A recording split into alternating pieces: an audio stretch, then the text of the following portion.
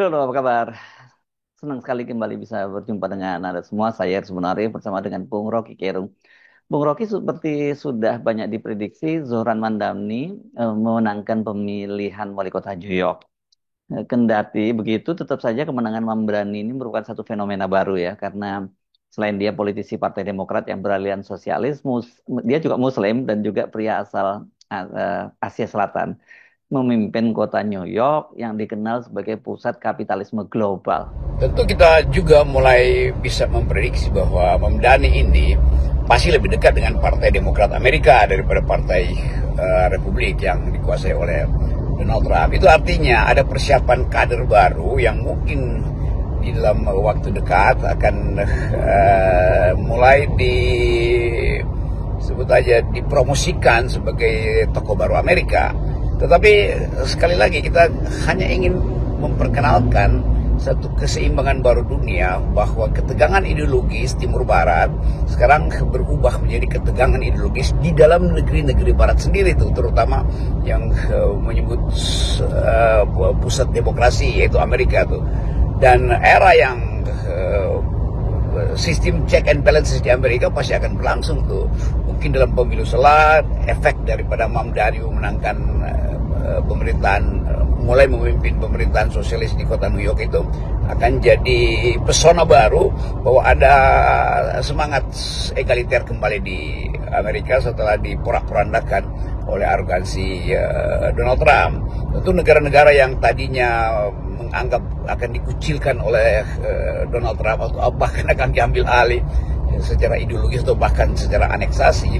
Kanada misalnya, Greenland, terus di bawahnya itu apa namanya Panama segala macam yang diincar untuk dipastikan sebagai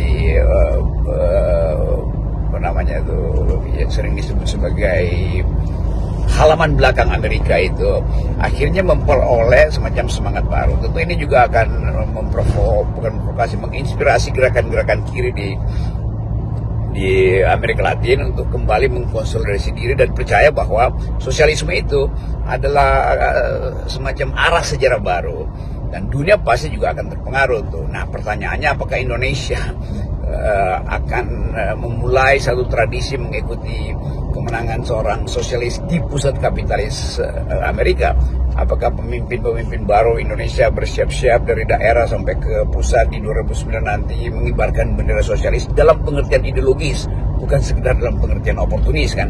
Jadi itu dasarnya. Kita coba perlahan-lahan memperhatikan impact dari kemenangan Mamdani di New York itu sebagai pusat gravitasi baru, sebagai tempat menanamkan politics of hope, bahwa kemuakan terhadap sistem eksploitasi kapitalistik itu menghasilkan pemulihan kesadaran tentang human solidarity. Jadi intinya di tengah-tengah arogansi Amerika yang hendak menguasai dunia, prinsip human solidarity itu justru dicerminkan kembali oleh kedudukan strategis dari wali kota New York. Dan di Amerika itu sangat penting karena New York adalah pusat penentuan komposisi politik baru.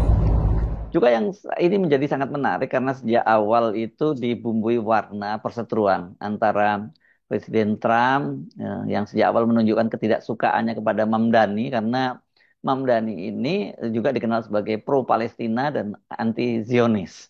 Dan kemudian sekarang memenangkan pemilihan wali kota di pusat kapitalisme global yang kita tahu juga lobby-lobby Zionis sangat kuat di situ. Ya, tentu tidak mengejutkan kalau tokoh sosialis menang di India.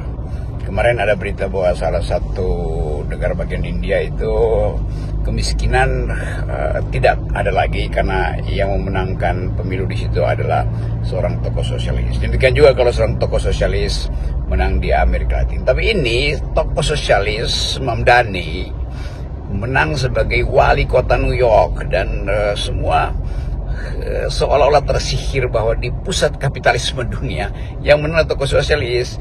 Lebih dari itu, di pusat perdebatan ideologi ketika Donald Trump mengaktifkan terus-menerus sifat-sifat yang rasis, sifat-sifat yang arogan, sifat-sifat yang anti pemerataan, sifat-sifat yang ekspansionis. Yang menang adalah seorang pekerja sosial yang peduli pada hak-hak anak. Jadi Mamdani menjadi contoh baru betapa ideologi itu akhirnya dipulihkan sebagai basis perjuangan politik. Dan itu yang memungkinkan kita membuat analisis apakah betul bahwa ada bandul sosialisme sedang berayun justru ke negara-negara kapitalis. Itu juga semacam penanda bahwa kemuakan ideologi yang sifatnya eksploitatif dan kanan dalam arti rasis, kanan dalam arti militeristik, akhirnya menemukan keseimbangan baru. Saya sebut aja keseimbangan tuh, karena dunia masih mengalami global realignment, masih mengalami upaya untuk mencapai semacam stabilitas periodik. Karena semua fakta yang pernah dibangun dalam sejarah selalu berantakan karena penguasaan yang hegemonis. Jadi kita senang, tentu Indonesia harus bergembira karena setara dengan janji para pendiri republik untuk menghasilkan negeri melalui program-program yang sosialistis. Tapi ya sekarang kita masih punya problem, apakah betul Pak Prabowo itu seorang sosialis, itu masih menjadi pertanyaan ideologis di negeri ini. Tetapi New York, Amerika mendahului sebetulnya pusat transaksi. Bayangin misalnya New York Stock Exchange, semua sistem kapitalis dunia, financial market itu punya markas di New York, dan New York dipimpin oleh seorang yang sosialis. Kan itu semacam kontradiksi di dalam ideologi, tetapi sejarah memang seringkali memperlihatkan kontradiksi untuk menemui keseimbangan baru. Jadi kita anggap aja pada keseimbangan ideologis baru di Amerika, seorang kiri akhirnya memimpin pusat pergerakan ideologi kanan, yaitu di Wall Street. Sebagai seorang politisi dari Partai Demokrat yang sosialis dan Muslim, nah ini menarik ini perpaduan antara sosialis dan Muslim, karena secara ideologis Islam itu kan juga sosialis ya. Kalau di Indonesia memang itu dikelompokkan sebagai sosialis kanan, soska gitu. Memang betul, Bung Hersu, Indonesia lebih mungkin atau lebih beralasan untuk mendalilkan sosialisme karena seluruh founding parents kita, pendiri republik ini adalah sosialis kan. Mau nyebut Bung Karno membaca Marxisme, Hatta apalagi ya, Hatta belajar sosialis di Eropa. Sultan Syahrir jelas mendirikan Partai Sosialis Indonesia yang dulu ya, bukan yang sekarang. Lalu Islam juga adalah Islam yang sosialistis tuh, awal-awal Cokro-Aminoto itu juga seorang sosialis tuh. Jadi sebetulnya sosialisme itu adalah kultur politik awal negeri ini.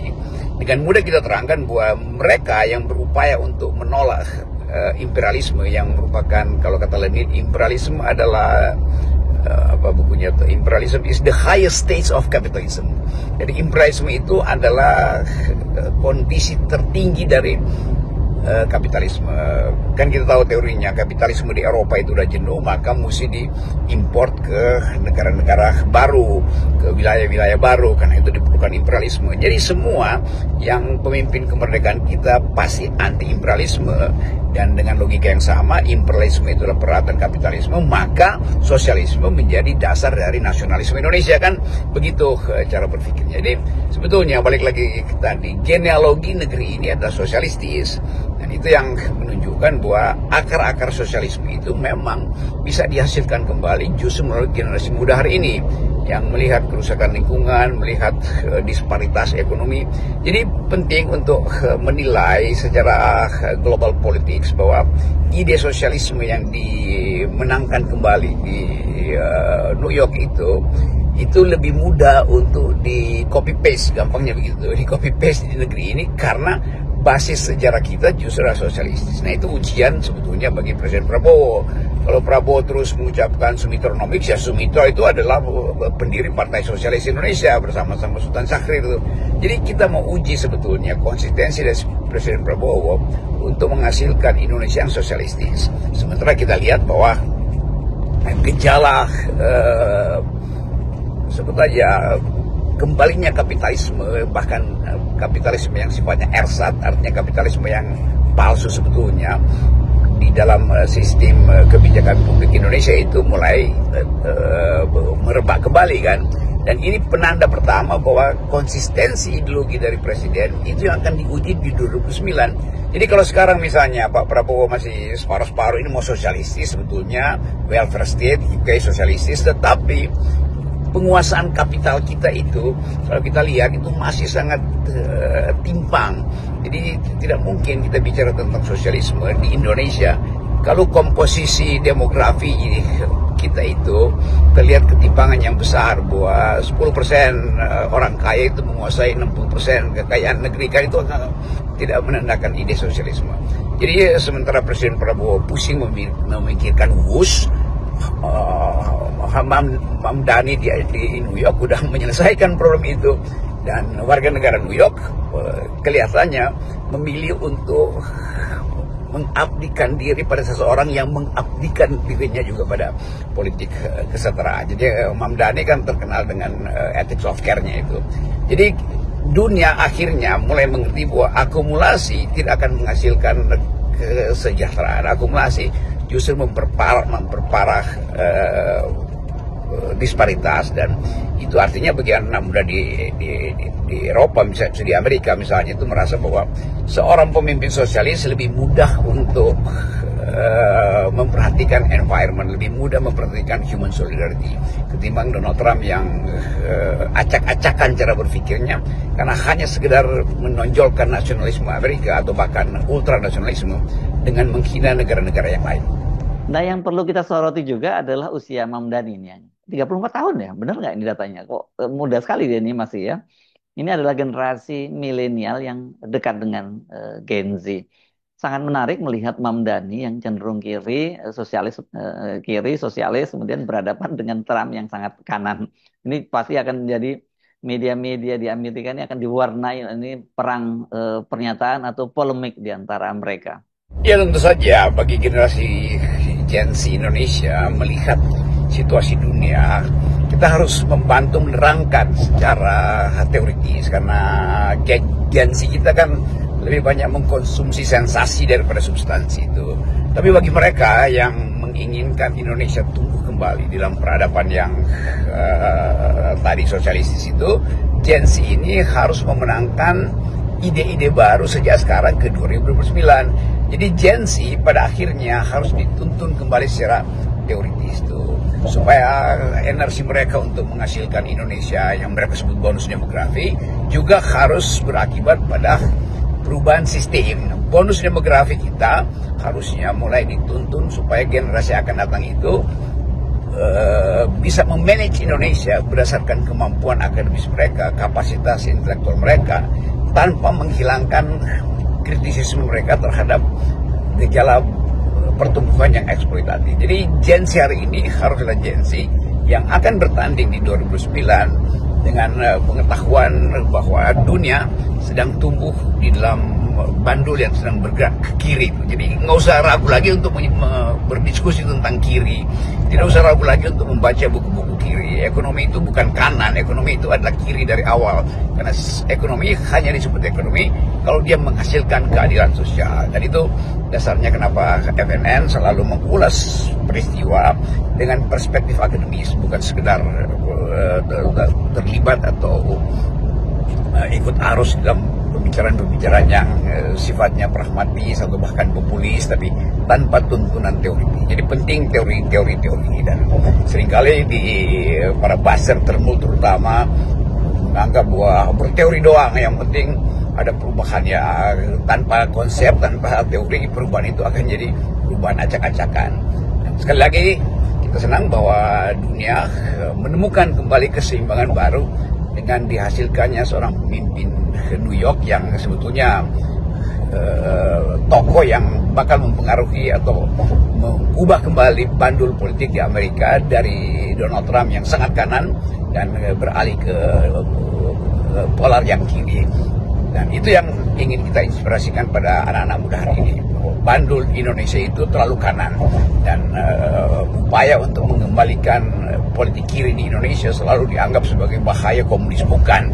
Indonesia didirikan justru oleh para pemikir kiri. Kiri itu bukan komunis. Kiri itu artinya keadilan sosial bagi seluruh rakyat Indonesia. Dan sila kedua, kemanusiaan yang adil beradab. Jadi Pancasila itu justru ada ideologi kiri. Silakan berdebat tentang soal itu sambil kita ucapkan salam akal sehat. Salam akal sehat.